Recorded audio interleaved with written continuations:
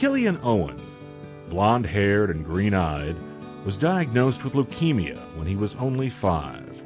Our lives at that moment just stood still. I mean, we were plunged into the world of childhood cancer, which we never expected to happen, and it turned from, a normal life into everybody's worst nightmare overnight.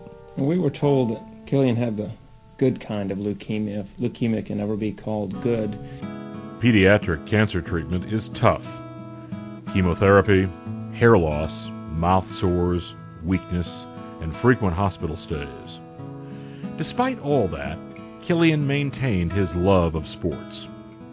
It touched me, allowed me to go back home and realize how lucky I was. When I get home, I would go and, hug my kids, because I knew I had 2 boys that were healthy, and I didn't have to go through the things that I knew Killian and his family had to go through. So it was pretty inspiring. It made me realize that, to thank God for every single day that we have.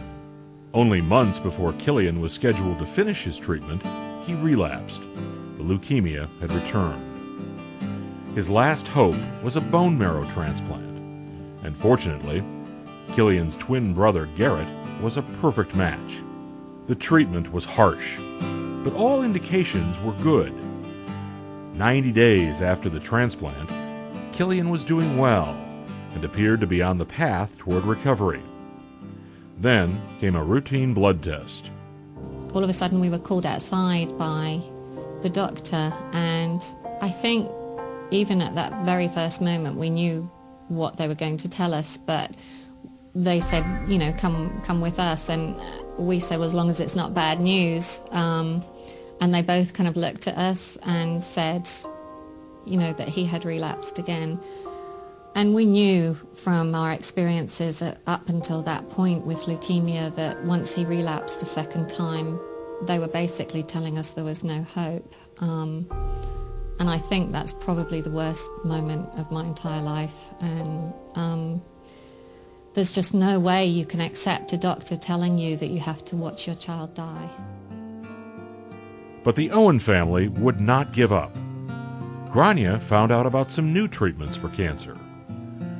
One of these new drugs, known as BL-22, had shown promise in adults, but was not yet available to children. Through a mother's persistence, prayer, and the help of doctors at the NIH, Killian received the experimental treatment and became the first child in the world to try this new medication. Despite everyone's valiant efforts, Killian's experimental treatment was unsuccessful, and he returned home to Atlanta. During the next 2 months, Killian's health grew progressively worse. But his love of sports never waned, and some of the best-known names in sports honored their brave little fan. Atlanta Falcons superstar quarterback Michael Vick and former coach Dan Reeves, along with NASCAR driver Robbie Gordon, all stayed in close contact with Killian through those last months. Killian even met his baseball hero, slugger Sammy Sosa. Although Killian's body was ravaged by cancer, he put on a smile as Sosa presented him with an autographed bat. 4 days later, Killian died, surrounded by his family.